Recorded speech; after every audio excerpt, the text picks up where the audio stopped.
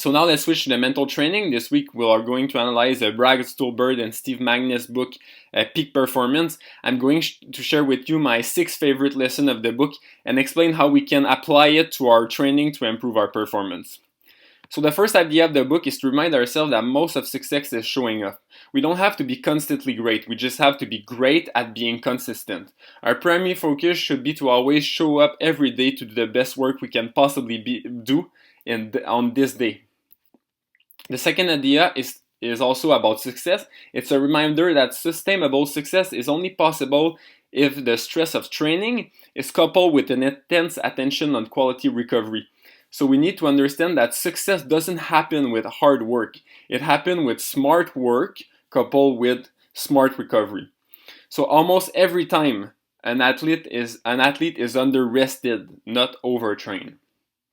The third idea is less of a theoretical one and more of a practical one. It is to never have your phone at view when you are doing something meaningful for you. So we need to recognize that the simple fact of having this technology close will distract our mind. It will demand more energy and discipline to stay focused on the important task we are doing in the moment, and it will also rob us from the full experience needed to produce our best work. So yes, those gadgets, those technology are super helpful when they are used wisely and carefully, but we need to understand that they were designed to be addictive to the human mind, meaning that we must cultivate the effort to control it so the technology don't control us.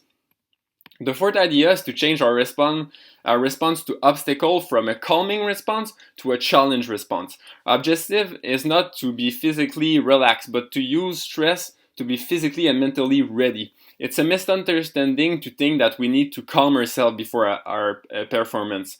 Our true objective is to find our ideal level of stress and excitement for performance, and we regulate it with our breath. By doing that, we use the extra amount of energy that comes with stress to deepen our concentration and to improve our effort. Catalyzing stress to our advantage for the ultimate peak performance. So just calming yourself will be a waste of extra energy.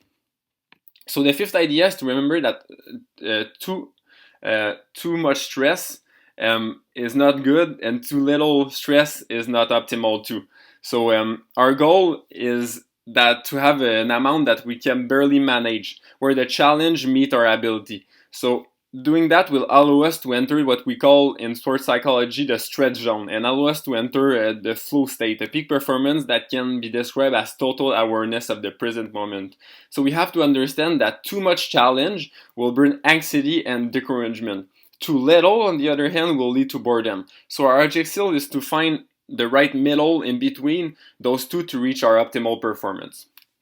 The final idea of the book is about finding our purpose.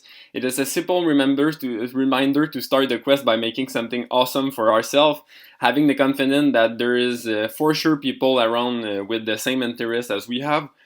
So on this note, let's create something that is missing from our life right now. Let's start right now. So that's it for this week. Thank you very much for listening. I hope you learned something that will help you in your development. If you appreciate the content, don't hesitate to share it with other athletes. And as always, please leave a like, a comment. It's always a pleasure to see the appreciation. So I'm hoping to see you in vlog number 17. And in the meantime, I wish you a good week of training. Bye-bye.